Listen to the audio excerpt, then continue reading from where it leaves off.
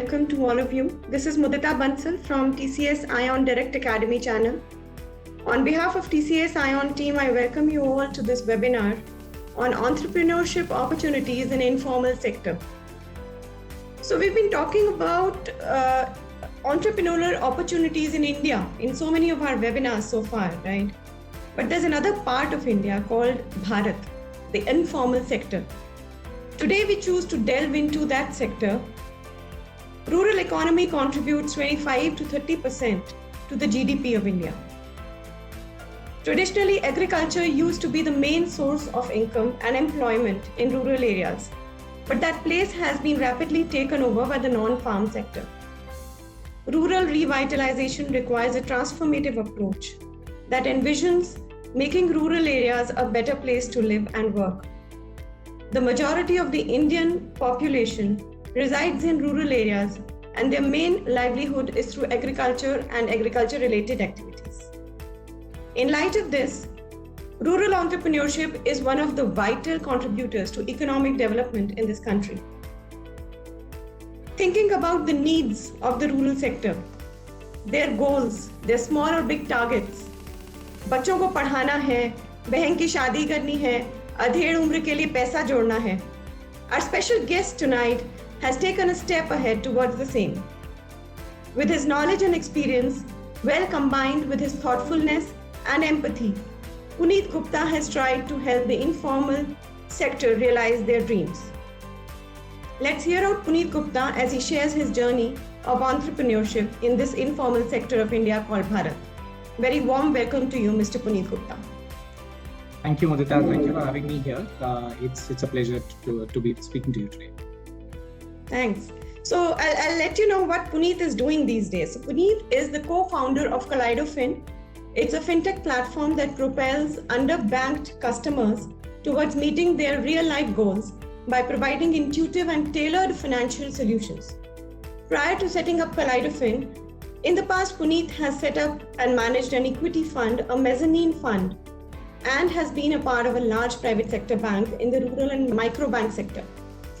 Mr. Puneet Gupta has done postgraduate diploma in rural management.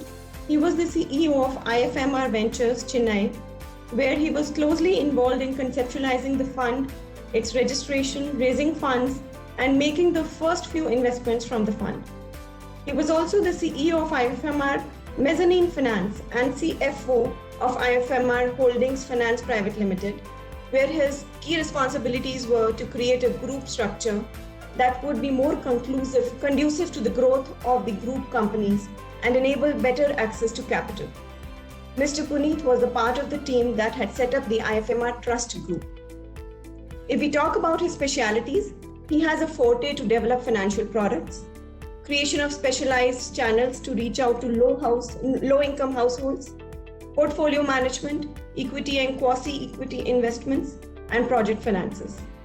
A very warm welcome again, Puneet. So we'll start with hearing you out about your journey, your career, and how you got into entrepreneurship.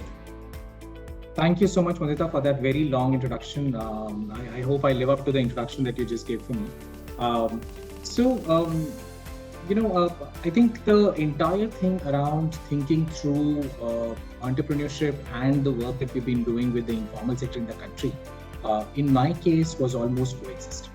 When we look at the Indian economy, the rural sector contributes a very significant part of the economy in any case. I think we are right now in a situation where the rural and urban economy practically contributes 50% each. But in addition to that, when you look at the country, it's actually divided in a very, I would say, non-equal basis. So if you look at the number of taxpayers in this country, less than 1% of the country pays taxes. When you look at number of adults who are kind of tax-paying citizens, you again find that less than 1.6% of the country in total pays taxes from that perspective. So overall, when you kind of start to see these numbers, then you realize that it's a very small group of people who represent the very, very large consumption power in the country. And a very large proportion, potentially 800 million or 80 crore plus customers today, are not a part of this super vibrant Indian economy that you see. But nevertheless, they play a very, very vital role in trying to push the country forward. My entire brush with this segment started when I chose my post-graduation work, which was in rural management. And I started to see how we could actually make an impact into this.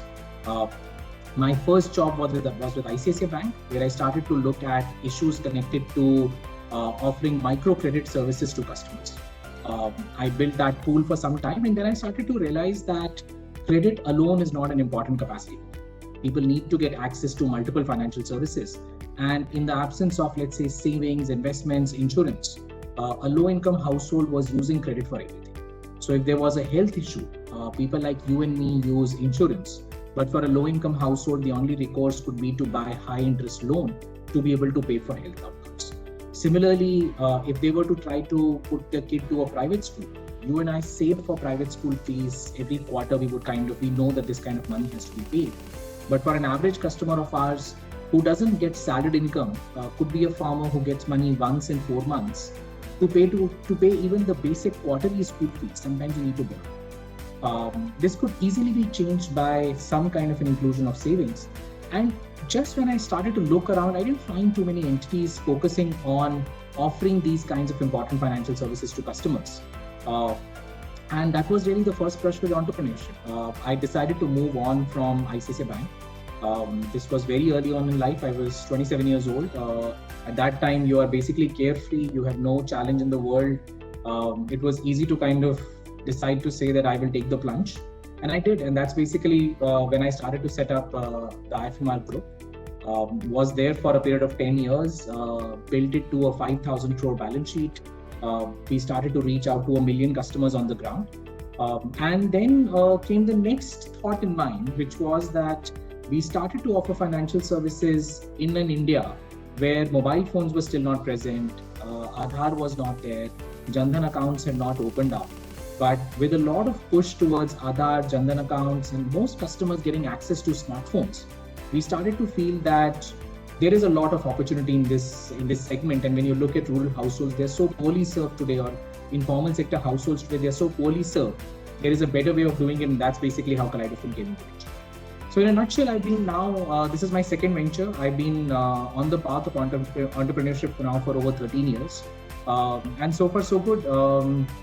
It's been an interesting journey.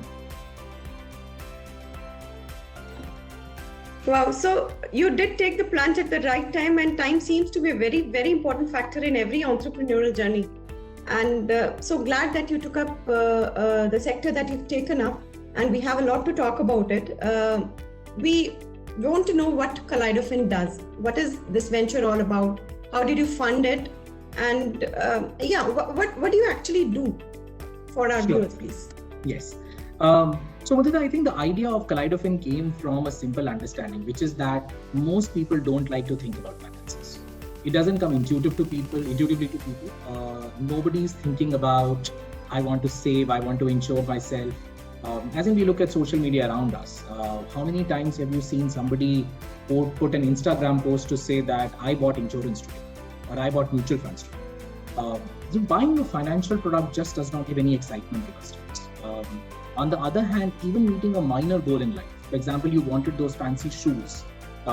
Even when customers end up buying those shoes, they will put like 100 pictures of it on Instagram. And that's basically, I think, the whole difference. And this is basically where we started off by saying that finance does not have that emotive value for the customer to say that, oh, I want to do this.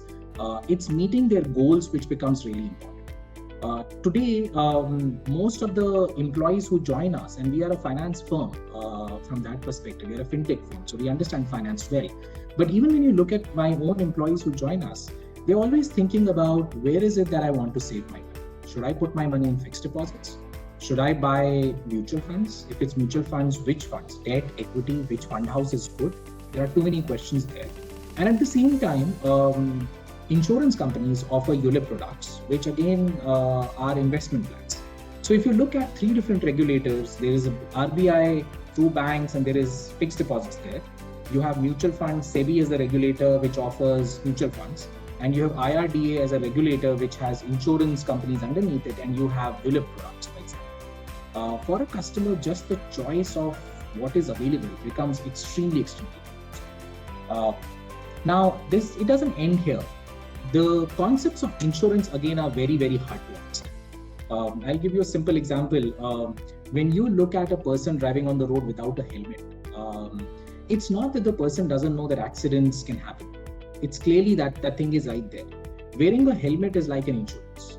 Most people will carry a helmet on their hand because they're concerned about the fact that they can be fined if they're caught without a helmet. But just the act of wearing it doesn't come naturally. And it doesn't come naturally because this person has a very strong belief that I know how to drive. Accidents happen, but it will not happen to me. Now, when that is the feeling of a customer, how do you now tell this person that you have to pay real money to be able to buy an insurance policy? I think that's basically the big challenge that financial services companies face. We at Kaleidofin said that we will actually not be an entity which sells financial products to customers. We said that, and just like when you were introducing this session, you talked about the fact that somebody wants to get their kids educated, somebody wants to kind of add a room to their house, somebody wants to add stock to their shop, you name it, all of these are goals in life. Rather than now telling you 5 products that you can buy in finance, we basically understand the goal of the customer. Let's say the goal of the customer is to send the kid to school. We then try to understand what can derail the customer from meeting this particular goal. So let's say you want to send the kid to school 8 years later. We encourage the customer to save for 8 years. During this time, there could be accidents, disability, death. So we know that there could be different kinds of insurance which could come into picture. And because education is not an easy goal, even for middle grades, you have to oversave to be able to get your kids to a good college. So most people have to take a large part of money out, which means if there's an emergency that comes, you also want to be able to liquidate your investments. So we also start to look at, can we offer a loan against these savings? Just like people today can use gold. If you bought gold, if you needed money, you can pawn gold. Now, that's what is required for you, let's say, to get your education. Even this may not be sufficient. You may still need a top-up loan on top of this to say, I saved, let's say, 4 lakh rupees. I need another 2 lakh rupees, so I need a loan also. Now, this means that there are 6 products here. 1 saving, 1 loan, 3-4 insurance products. The customer gets very confused. What we have as Kaleidofin would be a single solution called, let's say, Ubharta Sitara. It's basically your kid, your Ubharta Sitara. Our promise is that you save towards your kid's education.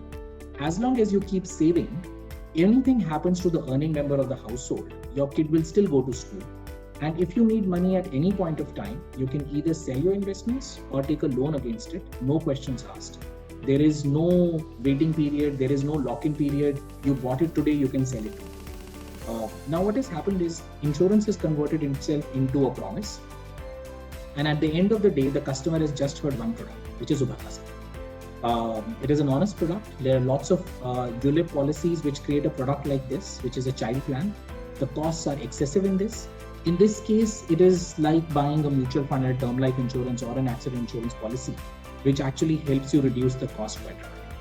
And it is these kind of product bundles that we create for customers that helps them meet their goals. And we are not confusing them with financial terms. So that's largely what Kaleidofin does. We today have a reach of over 9 million customers across 12 states in the country. We work through partnerships where we find entities which are already in touch with customers. We take their help to be able to explain our concept to customers. And after that, they're able to work with us on our digital platform. Very interesting to know that you are looking at the bigger picture, the complete picture of a middle class man or a rural sector man. And the flexibility and the product bundling that you're providing probably has got you all these 9 million customers, and we really hope that you go further and further. We have crores and crores to take care of here. So why rural sector, Puneet? Apart from that, you did your post-grad in rural development sector, but why rural sector and why financial solutions to them where the returns could be low vis-a-vis if you would have chosen the other urban sector, right? Yes. So, Muthuka, I think in this particular situation, the most important thing was the potential of scale in terms of this customer segment. So like I talked about the fact that at one level you have 1 or 2% of the country which is a tax-paying segment of the country. And by tax-paying, you mean that their income is above 5 lakh rupees roughly. Given all the exemptions and all that you get, that's basically the income levels that you get. So you have at one level 1.5 or 2% of the company in that bucket. And at the other spectrum, you have all the other country, which is basically the remaining 98%, which earns actually less than that amounts. We have, when we started to look at our customer segments, we basically realized that everybody is out there trying to find their space in this top 2 or 3 or maybe 5% of the country at the most. And when you look at the challenges and problems of the remaining 95% of the country, there's just practically very little that is done. So it looked like a very, very large opportunity set for us to not focus on. So I think one, just the sheer size of the opportunity was very important. The second thing is that technology makes a lot of your costs not material. So whether you are, earlier if you were to use paper and pen to do transactions, it made a difference. So whether if a customer saved 10,000 rupees, that customer was more profitable than a customer who saved, let's say, 100 rupees. With technology, your cost of reaching the customers have just become practically close to zero. You have a bit of a customer acquisition cost, but beyond that, your regular service cost drops to very, very little. So if you design your tech stack well, if you design your processes well, you can actually do a lot of stuff without a lot of kind of moving parts in there. And a lot of the stuff can be auto reconciliation, which means that the cost to serve can be crashed in a very, very big way. Now, then the last part comes to revenue. I think for firms, we believe that total revenue becomes a very important point, right? So you can either charge a few customers a large amount of money, or you can charge a very small amount to a very, very large number of customers. And I think the opportunity set in this market is just very large to be able to charge very small amounts to a very large number of user base. And lastly, the challenge that we face in this particular market today is that the top 2% or 5% of the country, they have actually gotten used to getting every service for free. So when you look at financial services, whether it's payment services, whether it's anything else, most customers have been getting all services for free. In fact, forget about free. You've been getting cashbacks to say if you did this much transfer of money to one account to another account, you get a cashback. So actually, it's not positive income. The top 5% are contributing to negative income right now. And somewhere the plan and the thought is that you can monetize this eventually. In this segment, you can actually make real income today just because nobody else is chasing it. So from a competitive position perspective also, the market is that large that even if you got 3 other competitors, you still have enough and more room for you to be able to grow and all 3 to be able to grow and perhaps get enough 5 more. So just the size of the market and just the size of the opportunity was just extremely, extremely large for us to pass.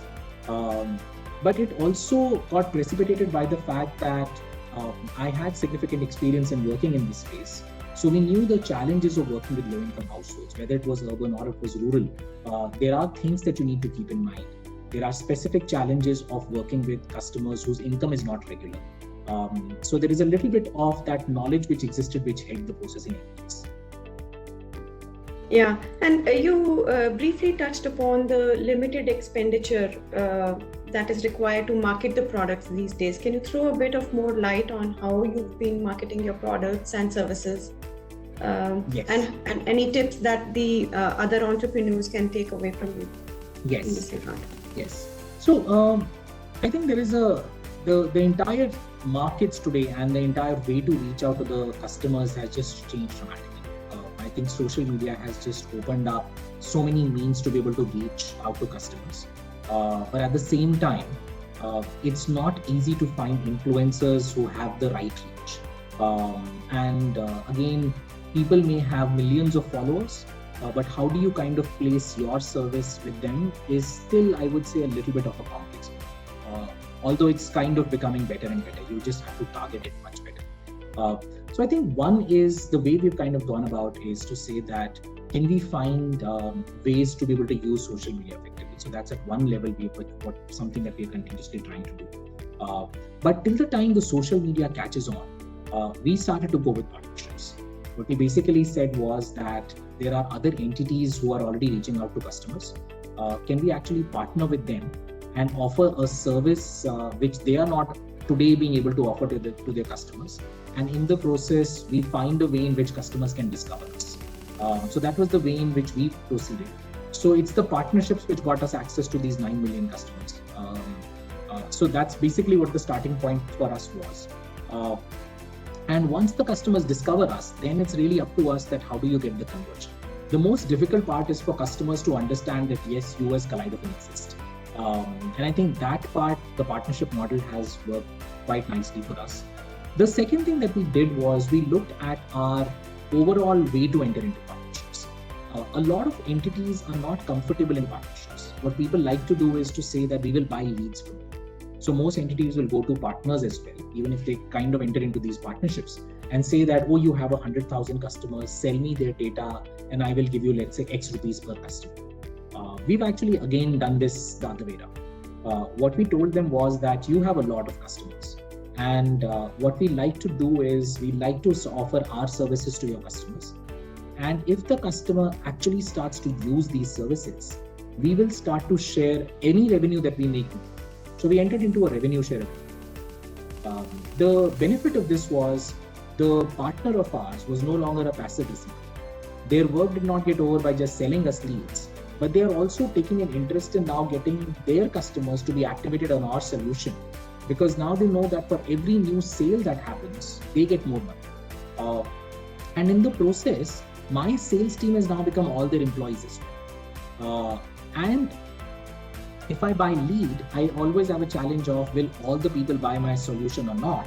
But here, by making it into a revenue share, if only 10 people from their entire channel buy my services, I have no acquisition cost of those 10 customers. I only pay them on success, which basically means it becomes much lighter on my business model also to be able to do this. And by not having a high cost of acquisition, therefore, our ability to price our services at a much cheaper level also is very big. And that also helps to get more customers. The more expensive your service is, the more difficult it is for customers to take the call on saying, okay, I want to do it. Yeah, so true. So excellent model that you've shared. Thank you for that. So there, I know among our viewers, there are people who want to start something new. So what is the best way for them to analyze what is to be started, and what are the other entrepreneurial opportunities in specifically the informal sector or the rural sector that you may enlighten them with?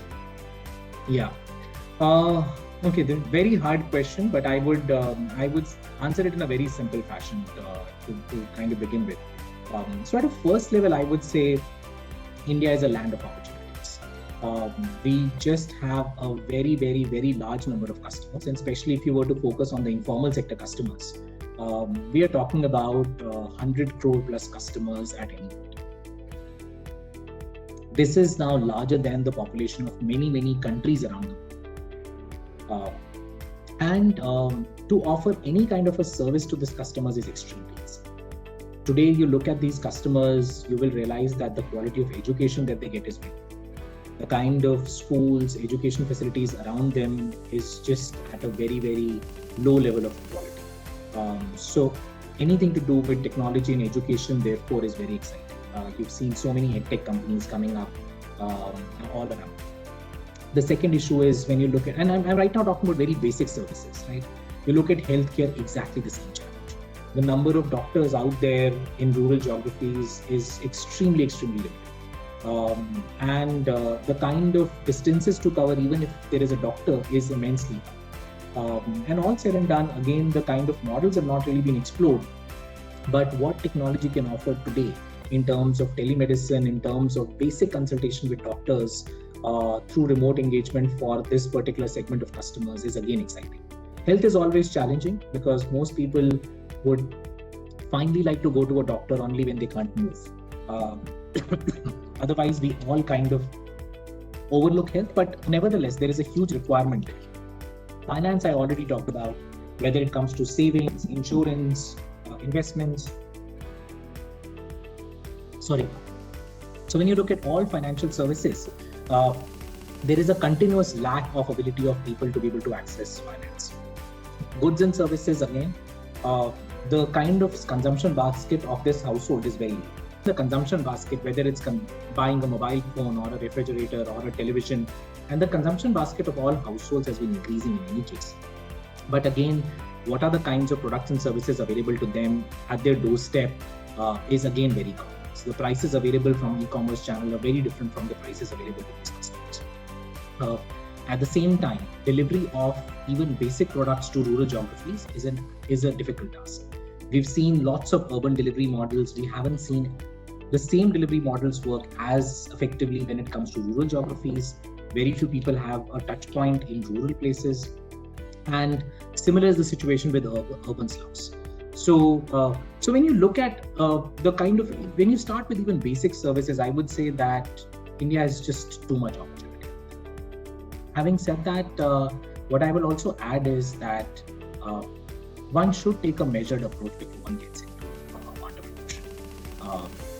There is a lot that is working for entrepreneurship today, but at the same time, it requires you to bring in all the expertise in the world. It requires you to bring in all the perseverance in the world to make your venture. There comes a time, and this is true for me, at least I can tell you everything that I've set up in this regard. There is a time when you're in love with your idea and you're in this high where you feel that this is the best thing ever to happen. And then that entire motivation of a good idea continues to get you. And then things become hard. From idea to execution is a hard one. When you're executing, there comes a point of time when you're scaling. You don't have money, you don't have human resources, you need 5 people to be hired and people are not available. You get great people, your best people are poached by everybody around you. And that's basically where the challenge starts to become bigger and bigger. So overall, I would say that it's not easy. It's not, at the same time, it's not impossible. So when you get into it, you have to think about the fact that life will get really hard and you have to just get through. Nobody makes a good venture in 3 years.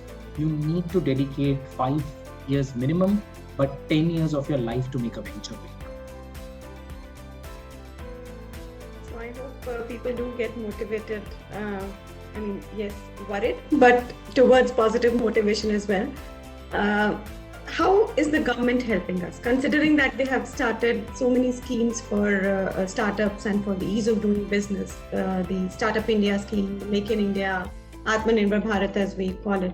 So what are the salient points that these policies have and that should be known to the entrepreneurs and they can make use of them? Yeah. So first thing first, I would say that an entrepreneur brings in this skill to say that I will make things work. So whether there's a government thing working for you or not working for you, whether it is an investor environment which is conducive for you or not, at the end of the day, to make everything work is an entrepreneur. So I think that is something that comes from you within. At the same time, I would say the government has been making a lot of it. So under the Startup India, there are lots of exemptions available. One of the big challenges for a startup is that you have a lot of regulations in India which need to be complied. So right from HR to Provident Fund to everything else. So a lot of these regulations need to be complied with, and I can tell you that the challenge is that as a startup, you're doing too many things. But under Startup India, you have an exemption for a certain period of time after the startup is set up, where you don't have to worry about this. Self-declaration is sufficient. And I would say that for a startup, that really, really helps. There are schemes to be able to register trademarks as well as IPs, and there is a concession on that, and that helps. There is a fund, that is a Startup India fund, which is available. There is equity available from the Government of India to be able to start businesses. There were always various schemes under SIDBI and others which were always available for MSME owners to be able to start off with. But now there's a specific equity fund as well, which is out there. But just like all things government, all of these things also take time. So don't kind of take it for granted to say you put in an application and you get the money. So there is always a time to that. In addition to that, we found many accelerators are available. Some of them are government accelerators. Some of them are also private accelerators. Accelerators are basically nothing but something connected to an equity investor which allow you to be able to get some space, get some services like accounts, secretarial, and others, which help you focus on your core part of building a business. And a lot of the other things, these accelerators help you. In addition to some of these, what accelerators also help you do is think through your business plan, develop your proposition well, help you with the MVP, bring you expert advice, mentors. So there's a lot of that ecosystem which has actually come through at this point of time. So overall, I would say that this is one of the better times to be able to get into a startup. There is a lot that is working. The ease of doing business, I can tell you as a founder, I find that has really, really improved for me. Thank you, Puneet, for bringing all this knowledge up on this webinar. So finally, with your experience, what would you like to advise our budding entrepreneurs? How should they prepare and overcome the struggles and challenges in their journey? The ones who are aspiring to become one entrepreneur or who've already started off on the journey. Yeah, so like I said, and I'm at the risk of repeating myself, I would say that the first thing for any entrepreneur will always be, to my mind, that commit yourself to your ideas. Commit yourself to saying that I will try to make this work. This is important, and I will actually take it to the next level. So that, I think, is the starting point. The second thing is that as an entrepreneur, you have to kind of think about the fact that you cannot do this alone. There is no idea that I know that can be delivered without a good team in this particular space. Think about what are the kind of other skill sets that you need to be able to deliver this, and try to get a co-founder. When you are a founder, it is actually very, very lonely. So you can't go to investors and you cannot tell them that, you know what, things are really bad. You can't go to a director of yours and you cannot go and tell them that, you know what, as a founder or as a CEO, I have no idea what I'm doing. You can't tell your employees, your senior employees, or anybody else. And you can't tell this to your family and friends as well, that, you know what, I'm really strong. So the life of a founder is really very, very, very low. You're always projecting an image of strength, that you're in control and that everything is falling in place. Even if things are not good, you're in control and you'll handle it. But you need somebody with whom you can actually talk through all your challenges. A co-founder really, really helps. A co-founder is not an employee, which basically means you can't look at their CV and you can't do this. A co-founder is somebody who you trust. A co-founder is somebody who you are willing to spend the next 10 years with. It's really important to find somebody who complements you. You don't need a person who says yes to everything. You need a person who's able to tell you the truth about what is happening, is able to give you. So I would say get a team. Team is really, really important. The third thing is think of the problem. Be wedded to the problem. Don't be wedded to the solution. And I think a lot of us make that mistake. We like a solution so much that we forget about what the problem is. As my venture, I can tell you, from where we started to where we are, it's impossible to even recognize the fact that, oh, that was our first idea. But we've stuck to the same problem of saying, how do we make it easy for a customer to meet their goal using financial services? Having done this, having defined this problem to say our customers are not able to reach and get financial services, we now have molded our solution in a variety of ways to be able to get there. So I'd say that would be my an important piece that I would like to talk to you about. And then bootstrap. Bootstrap. Do not spend more money than you need. In fact, try to spend less money. The more runway that you have, the better it is for you. Try to raise the first check early. Investors will be happy to put money on the basis of an idea if you have a good idea, and that gives you some money to be able to build certain kind of attraction. You try to raise the money too late, then you reach a situation where all your own money is invested, your employees are all there, you need to pay their salaries, and suddenly you have no money, and then you're in a very, very bad situation when it comes to negotiation. Always have to remember that in negotiation, the person who wins is the person who has lesser to lose. And if you have everything to lose at that point of time because your next month's salary is not available, you're in a very vulnerable situation. So plan it out, keep cash with you. Cash is really important. And always make sure that you have the next month's pay next to next month's pay in your hand as you kind of do this. And if you do all of this, then it's just hard work, perseverance, and never giving up. Then it's just all about that. Such wonderful takeaways that you've enlisted in the last answer. The capital, the team, the idea, the problem, and the solution. Thank you so much for such an engaging webinar, Puneet. It's been an engaging session, an enchanting one for all the viewers, I'm sure. And the viewers, if you have any questions, just post on the chat here, or else we will ask Puneet and we will get you the answers to those questions after the session. And at the end of this session, there's a survey link of the channel. Please do fill in your comments and feedback and register yourself on the channel link to view many more exciting videos. It has been a pleasure being with you all today. Thank you so much. Thank you, Madhita. It was a pleasure talking to you today.